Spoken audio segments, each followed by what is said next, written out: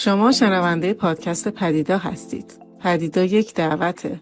دعوتی به دیدن، لمس کردن و شنیدن اون چیزی که توی زندگی روزمره‌مون گاهی اونقدر بدیهی میشه که دیگه به چشممون نمیاد. پدیدا از رویکرد پدیدارشناسی وام گرفته شده. مهسا برامون میگی پدیدارشناسی چیه؟ پدیدارشناسی مطالعه و توصیف تجربه آگاهانه انسانه که میتونه مستقیما تو لحظه و بدون پیش‌فرض درک و تجربه بشه. یه جورایی بین جهان درون و بیرونه که قرار فضایی بسازیم که شنونده بتونه خودش رو در آینه گفتگوها و روایت‌ها ببینه. ما باور داریم جهان امروز پر از صداهای بلند و پاسخهای سریعه، اما جایی برای شنیدن و لمس کردن تجربه واقعی زندگی کم پیدا میشه. پدیدا میخواد اون مکث گم شده باشه، جایی که میتونی با خیال راحت بشینی، گوش بدی و حتی بین کلمات چیزهایی رو پیدا کنی که فقط مخصوص خودته. فصلهای پدیده هم قراره هر کدوم مثل یه پنجره تازه باشه که به منظره متفاوت باز باشه. هدف ما اینه که نشون بدیم هر پدیده لایه‌هایی داره که اگه با دقت به اون نگاه کنیم نه تنها خودشو بهتر نشون میده، بلکه خودمونم بهتر میتونیم ببینیم.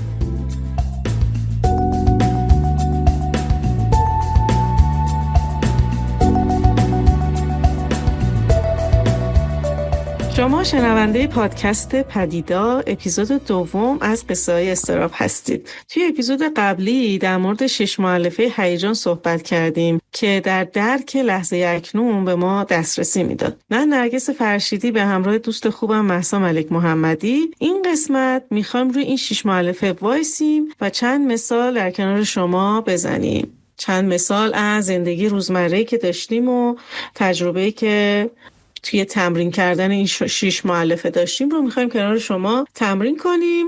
مهسا چطوری؟ خوبی؟ خوشحالم که این قسمت باز کنار همین بالاخره شد که با هم ضبط داشته باشیم. سلام نرگس، حالا چطوره؟ مرسی. منم خوشحالم که دوباره کنار همین بعد از کلی تلاش تونستیم کنار هم باشیم و بیایم در واقع دوباره صحبت بکنیم و ضبط بکنیم. واقعا باشه. امیدوارم این یکی متفاوت باشه و هر اپیزودم جالبه که یک شکل دیگه ای داره پدیدار میشه. ما فی‌البداهه میریم در لحظه حال ضبط میکنیم و هر بار یه شکلی میشه. نرگس، تو توضیحات در واقع دادی از سری پیش پادکستم که راجع به هیجان و اینا صحبت کردیم. من فقط یه تکمیل از هیجان بکنم که بعد بریم سراغ خود در واقع قصه هامون و اون مثالامون.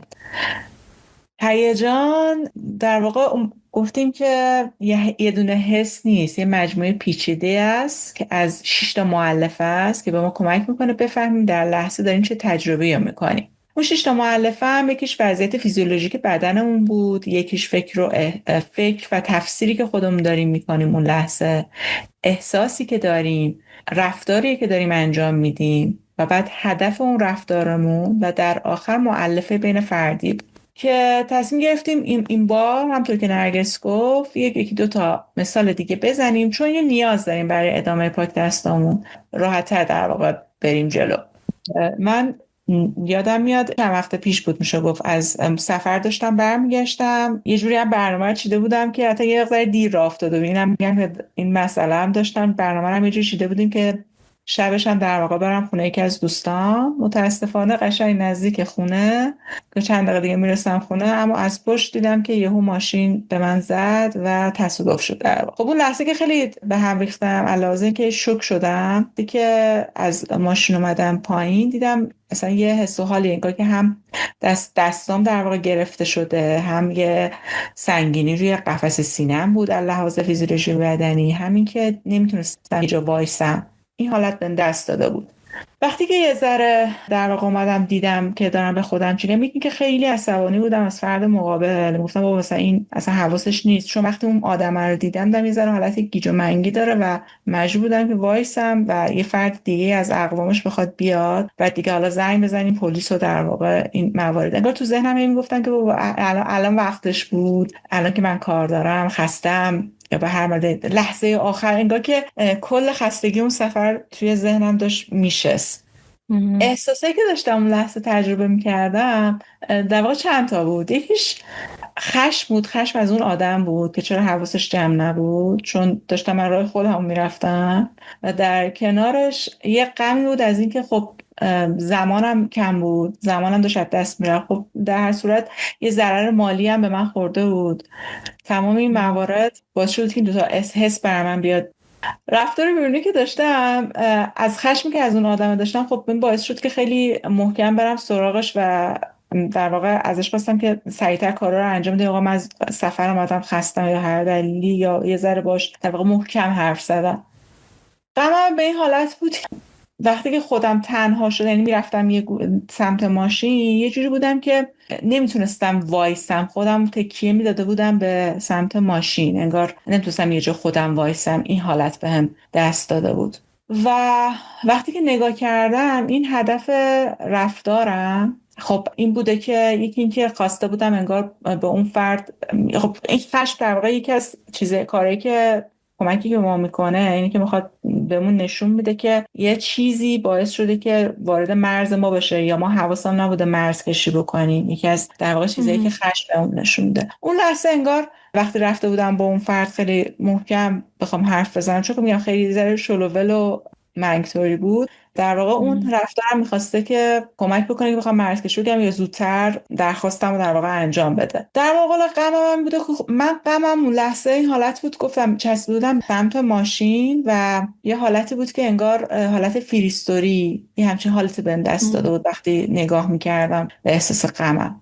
وقتی یه مقداری که گذشت، خودم یه ذره زمان برد تا بالاخره پلیس اومده کار رو انجام دادیم، من دیدم که این در رابطه با احساس خشمم، خب این رفت چیزی که لازم بود و انگار انجام دادم و از اون آدم خواستم که زودتر کاره انجام بشه و یه صحبت حالا یه ذره محکمی باهاش داشتم. در مقابل غمم وقتی که نگاش میکردم، این غمم اینو ازم میخواست که انگار یه همدلی با خودم داشته باشم، یه انگار انگار یه محبتی سمت خودم که خب این اتفاق افتاده، اشکالی نداره، انگار که به خودم میگه تو تقصیر تو نبوده یا به هر دلیل، انگار یه کلام محبت آمیز نسبت خودم، همچین چیزی انگار از من میخواست. گفتم این قصه رو بگم که انگار چند تا احساس باهاش درگیر بودم و این 6 تا مؤلفه رو توش با هم دیگه ببینیمش. چقدر قشنگ گفتی، خیلی کامل گفتی. فقط برای اینکه یک بار دیگه مشخص کنم، تو هم گفتی که در بدنت چه میگذشت، یعنی از فیزیولوژیک در مغز چه میگذشت، چه احساسی رو اون لحظه تجربه میکرد و چه رفتاری رو با توجه به اون احساسات ابراز کرد، و بعد نگاه کردی به این که پشت این احساسی که تجربه کردی و این رفتار بیرونی که داشتی چی بوده، این غمه، این خشمه چی میخواسته بگه. آگاهانه نگاهش کردی و بعد بین فردی هم اونجایی بودش که در واقع اون واکنش در ارتباط با اون فرد به چه صورت بود، رفتار در ارتباط با اون فرد، چون گفتی فریز شدی موقعی که اون حس غم داشتی، حالت فریزتوری داشتی، این هم میشه همون دیگه، درست میگم؟ آره خوب شد که گفتی. اون مؤلفه بین فردی در واقع موقعیت بوده، همون فرد همون در واقع موقعیت تصادف بوده. دقیقاً.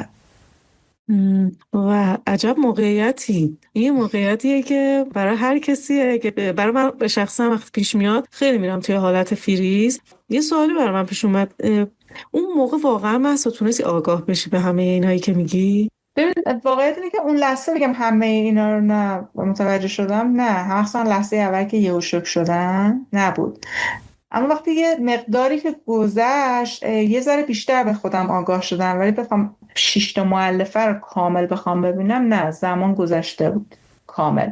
ولی همون لحظه که انگار به بدنم توجه کردم، انگار یه مقداری انگار به خودم اومدم.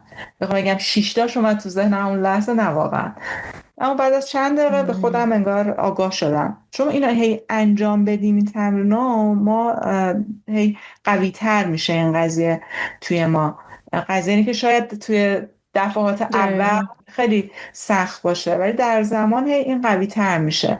دقیقاً یعنی هی این خود مشاهده گری قوی تر میشه وقتی که دائم این تمرین رو انجام میدی، تو طول روز سعی میکنی رفتارات رو بررسی بکنی، دیگه اون لحظات حساس هم سریع میتونی ببینی که پشت اینها چه چیزهایی هستش. وقتی گفتی چون واقعاً بحث تصادف اتفاق خیلی شوک کننده یه دیگه. داری رانندگی تو میکنی، یهو یکی از پشت میزنه، یکی از جلو ممکنه بزنه. من آخرین تجربه ترسناکی که داشتم این بود که اتفاقی زده بودم با آینه یه کسی و مشخص بود اتفاقی نیفتاده، ولی اون شخص انقدر عصبانی شده بود که اومد جلوم پیچید و با یه حالت عصبانی از ماشینش پیاده شد اومد سمتم. من به قدر تپش قلب گرفته بودم و شوک زده از اتفاقی که بودم، اتفاقی که افتاده بود شده بودم. انتخابم اون موقع فرار بود. فرار از چی؟ فرار از اینکه بخوام برم حرف بزنم. و الان که گفتم منم میتونم این قصه رو براتون تعریف بکنم از اینکه اون لحظه چطور رفتار کردم. رفتارم این بودش که ترجیح میدادم فرار کنم، از این اتفاقی که افتاده با اون فرد روبرو نشم.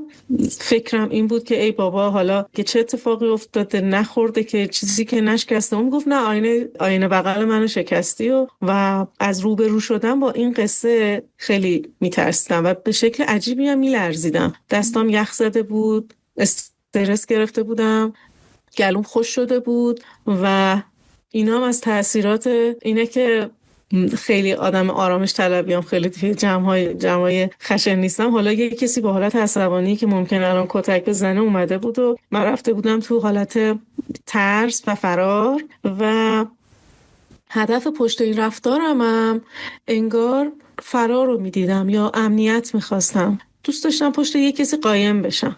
اون لحظه گفتم یک لحظه فقط یک نفس عمیق کشیدم، به دستام نگاه کردم، سعی کردم برگردم به الان کار درست چیه، الان چیزی که اصلا هیچ اتفاقی نیفتاد و این آدم الکی داره داد میکشه. برای من این یه مقدار سنگین بود اون لحظه، ولی رفتم باهاش آروم صحبت کردم در حالی که صدام هم میلرزید.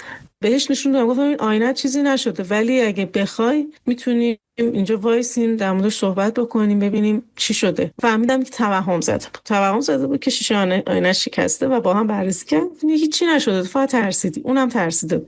اینو میخوام حالا ربطش بدم به یه قصه دیگه ای در من که من این رو تو جاهای مختلف زندگیم دیدم. من یه آدمی بودم و هستم حتی همین الان که برای انجام کارها تعلل میکنم، لیبل اهمال کاری روش میذاشتم. آره من یه آدم اهمال کار و کمالگرام، میخوام حتما عالی انجام بشه، شکست نخورم. یه قصه ای که بارها توی زندگی من تکرار شده اینه که صبحها به جای اینکه سریع از خواب بیدار شم توی تختم دراز کشیدم و دارم فکر میکنم، یا حتی میگم حالا یه 10 دقیقه دیگه یه تا جایی که جا داشته باشه میخوام بخوابم، وقتی که قراره که اون روز یه کار خاص انجام بدم، یه کاری که جدیده، یه کاری که سخته. حتی واسه پادکست هم سعی میکردم فرار کنم وقتی میخواستیم ضبط بکنیم، وقتی که برای اولین بار میخواستم با دستگاه HPLC کار کنم ازش فرار میکردم. واکنشام چجوریه؟ اینه که میخوابم، چه احساسی دارم؟ احساس استرس، احساس گرفتگی، حتی یه چیزی شبیه پرخاشگری توی رفتارم دارم. پرخاشگری مثل قرقر کردن، منظورم اینه مثلا قرقر میکنم میگم دوباره حالا مثلا من باید پاشم برم، حالا این چه وضعی. یعنی میخوام یه چیزی پیدا کنم که گیر بدم بهش. وقتی که این تمرین رو شروع کردم به انجام دادن دیدم که من دارم فرار میکنم، فرار از ناکامی، فرار از شکست. یعنی انگار نمیخوام توی زندگی من اینها باشم. چه اون موقعی که تصادف کرده بودم و ممکن بود این خسارت دیده شده بود، چه الان که ممکن بود برم با یه دستگاه های تک کار بکنم و بزنم خرابش بکنم، چه حتی پادکستی که ممکن بود خراب بشه و میگفتم نمیخوام خراب بشه. خب و انگار تحمل این ناراحتی رو نداشتم. فکر کنم برای مؤلفه ها رو گفتم که پشت این رفتارم هدفم چی بود. فرار از شکست و ناکامی. توی بدنم هم تنش و اینا بود که براتون گفتم، فشاری که تجربه میکردم یا حتی خوش شدن گلو. بین فردیشم میشد مواجه شدن با موقعیت جدید. یعنی اگه یک چند بار تکرار میشد دیگه اوکی بود، دیگه من پا میشدم و کارم رو میکردم. نتیجهش چی شده بود؟ اقدامم پایین بود و ترجیح همین بود کارهای تکراری و آسون رو انجام بدم. و وقتی حل شد که وقتی نوشتم دیدم که من دائم در حال فرار کردنم. انتخابم چیه؟ میخوام فرار رو انتخاب بکنم و تجربه‌های جدید رو انجام ندم و توی دایره امنم بمونم، یا اینکه میرم و خطر میکنم و این رو به عنوان جزئی از زندگی میپذیرم که شکست جزئی از زندگی، ناکامی جزئی از زندگیه ممکنه بری و نشه، ممکنه بری و آدمو نقدت کنن، دوستت نداشته باشن. این آره تجربه. آره دقیقا. میدونی انگار قسمتی از این قسمت که نه، در واقع این احساسی که ما تجربه میکنیم اون لحظه یا تجربه‌ای که داریم اون لحظه یه کمکی میخواد به اون بکنه، یه چیزی میخواد بگه. وقتی بهش توجه میکنیم میفهمیم که در واقع نیاز اصلیمون چیه و چی از همون میخواد، در آخر بخوایم انتخاب درست داشته باشیم ازش. یه چیزی از این قصه داشتی میگفتی، میگه آقا انگیزه، یه سری میگه انگیزه داشته باشیم یه کاری بکنیم. انگار مثلا وقت داشتی این حرف آره. در واقع لیبل اهمال کاری رو خودت زده بودی، یا بگی آقا انگیزه ندارم پاشم از خواب. بحث انگیزه نیست، بحث در واقع اینه که ببینیم چی شده که در من اتفاق افتاده. وگرنه سر همین پادکستمون دیدی دیگه، با این همه مسائلی که ما داشتیم تو این چند روزه به خاطر بحث اینترنت، حالا زمان مناسب بخواد بشه، قطعی برق نباشه، دیگه انگیزه واقعا نمیموند برای من و تو که بخوایم بریم دور خمی زد بکنیم. ولی انگار پشتش اشتیاقی بود که دوست داشتیم آره. انجام بدیم. وقتی هم انجام دادیم من انگار اصلا انگیزه بیشتر شد. آره. آره دقیقا. حتی چون الان ما پنجمین باره میخوایم این اپیزودو ضبط کنیم. ما آره میخواستم گریه کنم و میگفتم اصلا واقعا با غرغر اومدم پای ضبط. اون شور و اشتیاق منو آورد، گفتم دوست دارم ضبط کنیم چون خیلی کیف میده. آره واقعا. به همین سادگی شاید ببینید در مورد چی میگذاریم میتونه اون کمک بکنه که انتخاب درست بر اساس اون اطلاعاتی که از خودمون به دست میاریم داشته باشیم و ما سوار بشیم به در واقع مغزمون، نه بخواد مغز بخواد ما رو هدایت بکنه. یه همچین حالتی داره. حالا این نکته هم که در مورد انگیزه گفتی، این را هم اضافه بکنم که در واقع همونطور که خودت هم گفتی، این که ما دنبال این هستیم که حالمون خوب باشه و بخوایم شروع کنیم خیلی شعارگونه است. و خواستم اینو اشاره کنم چون خیلی میشنوم منم از اطرافیانم که دنبال اینن که حالشون خوب باشه شروع کنن، در حالی که واقعیت اینه که فقط تو باید مشخص کنی دلیل این که اون کارو میخوای انجام بدی اصلا چیه، چرا میخوای اون انجام بدی. به این 6 مؤلفه رو هم در خودت بررسی بکنی که اگه انگیزه نداری اون چیه. اگه این اولویتت باشه در هر صورت انجام میدی، مثل باشگاه رفتن، مثل رژیم گرفتن، هیچ کدوم اینا آسون نیست و قرارم نیست آسون باشه. اینکه بعضیا میان شاد و شنگول میگن، واقعا نمیدونم، من خیلی کم پیش میاد بخوام برم باشگاه خیلی خوشحال باشم بعدش خوشحالم. اون وسطاش خوشحالم، اولش نه. رژیم هم همینطور، ولی بعدش خیلی کیف میده. نرگس دقیقا این صحبتی که الان داشتی انگار این خود مشاهده گری است که بیشتر با ما کمک میکنه، نه که مثلا من انگیزه داشته باشم پاشم کاری انجام بدم. اینکه ما بیایم مثلا ببینیم که در من داره چی میگذره، الان چه تجربه دارم که داره این اتفاق انجام دیگه، اصلا چرا من دارم این کار انجام میدم، یه چیزی داره هی تکرار میشه. این خود مشاهده گریه به نظرم خیلی چیز خوب و خیلی به میتونه کمک بکنه. البته که خود انگیزه خیلی مهمه، خیلی خوبه اگر باشه، اما قضیه اینه که ما همیشه این نیستش که انگیزه داشته باشیم میخوایم یه کار کنیم. معمولا هم انگیزه یه موقع‌هایی از بین میره، اما وقتی که میایم روی قضیه خود مشاهده گری ببینی که در من داره الان چی میگذره، بسیار بسیار کمک کننده است که ما از طریق همین 6 تا مؤلفه راحت میتونیم ببینیم که در لحظه من دارم چه چیزی رو دارم تجربه میکنم و کمک میکنه به اینکه ما هر روز بخوایم خودمون رو بهتر و راحت‌تر این خود مشاهده گری رو انجام بدیم، چون واقعا اولش کار راحتی نیست. یعنی یه جوری کمک ما میکنه تکلیفمون هم با خودمون مشخص کنیم. وقتی که خود مشاهده گری داریم دیگه نمیریم دنبال انگیزه یا یه چیزی از بیرون بگردیم، نگاه میکنیم من الان چی میخوام، چی از زندگی میخوام و اصلا تا آخر امسال میخوام کجا باشم. چقدر قشنگ بدن به ما جواب میده، بدن و هیجاناتمون چقدر قشنگ با ما حرف میزنه و خواسته هامون رو بهمون میگه. یه شیوه خوبی که به من کمک کرد و از خودت هم شنیدم که تو همین شیوه رو استفاده میکنی، ژورنال نویسیه. یعنی کامل با جزئیات بنویسیم که این 6 مؤلفه رو بنویسیم، تا اگه 6 مؤلفه نیست ولی با جزئیات بنویسیم که چه رفتاری رو من از خودم توی اون موقعیت نشون دادم، پشت این رفتارم چه چیزی بوده، چه احساسی رو داشتم تجربه میکردم. وقتی که کم کم اینها رو شروع میکنیم به نوشتن، بعد که برمیگردیم بهش میبینیم که چقدر داده داره به ما میده.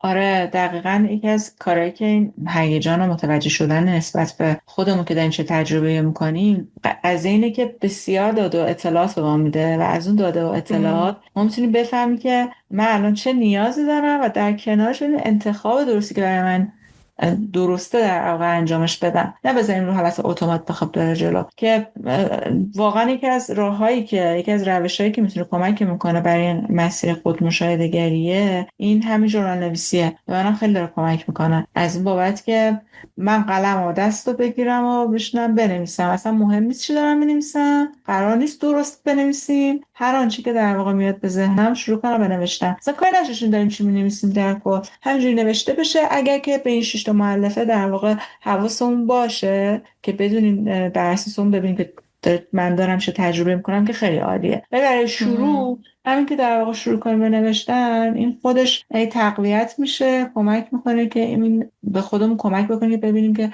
ما داره در ما چی میگذره. چون واقعا واسه شروع میگم ممکنه یه مقداری راحت نباشه یه چیزایی ما اصلا رد کنیم، اما وقتی تقویت میشه یکی از راهایی که میتونه تقویت کنه دقیقا همین راهه. یعنی کمکمون میکنه حتی خودآگاهیمون هم در لحظه بره بالاتر وقتی همجور هر روز مینویسیم. یه سوال دیگه که برام پیش اومد، ببینید مثلا شیوه ژورنال نویسی برای من اون اوایل اینطور بود که من خیلی کلی مینوشتم. یعنی اینطور بودش که خب من صبح این ساعت از خواب بیدار شدم، صبحونه اینو خوردم، بعد رفتم سر کار، این کارا رو انجام دادم، با دوستم حرف زدم، با همکارم حرف زدم، امروز این اتفاق افتاد. این گونه بود، نه اینکه روی خودم وایسم. تا بعد فهمیدم ژورنال نویسی درست، یعنی اونی که بیشتر جواب میده اینه که وایسم روی خودم، بفهمم دارم روی اتوماتم دارم یه کاری رو انجام میدم، به صورت اتوماتیک دارم یه کاری رو انجام میدم، یا اینکه آگاهانه دارم فعالیتایی رو انجام میدم. بحث اون انتخابه که تو بحث مثلا باشگاه من این رو متوجه شدم. من سر اتوماتی مقاومت دارم روی رفتن، چون جزء روتین روزانم نبوده باشگاه، پس نرچه برام سخته. میومدم آگاهانه نگاه میکردم و این 6 مؤلفه رو بررسی میکردم، میفهمیدم انگار بعد میرفتم روی اون روی بخش آگاهانه آگاهم که منطقی بتونم تصمیم بگیرم. خواستم از تو بپرسم، تو شیوه ژورنال نویسی تو توضیح میدی، توجه به جزئیات کمک میکرد، تو هم به جزئیات توجه میکردی یا مال تو یه شکل دیگه است؟ ببین دقیقا الان تو داشتی میگفتیم اون اوایل مثلا در که آقا من این کاری کردم رفتم اینجا اینجوری شدم، ببین به نظرم همونم میتونه بهمون یه سری اطلاعات بده که چرا من دارم یه سری کار اتومات پشت هم دارم انجام میدم، چرا یه چیزی داره تکرار میشه. در ادامه که میریم جلو این کمک میکنه که بخوایم بیشتر ببینیم که داره چه اتفاقی در ما میفته. با همین 6 تا مؤلفه میشه این کارو کرد. خب بهترین حالت اینه که میدونید بعضی وقت ما انگار میایم گزارش میدیم که من این کارو کردم انجام دادم، آره.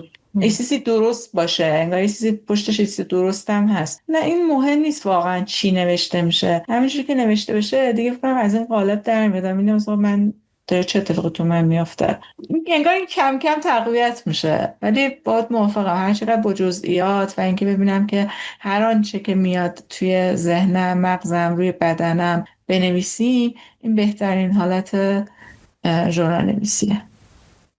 مرسی مهسا از اینکه گفتی و از شنونده هامون هم دعوت میکنم شما هم تجربتون برامون بنویسید، چون ژورنال نویسی رو همیشه من دیدم هر کسی یه شکلیه.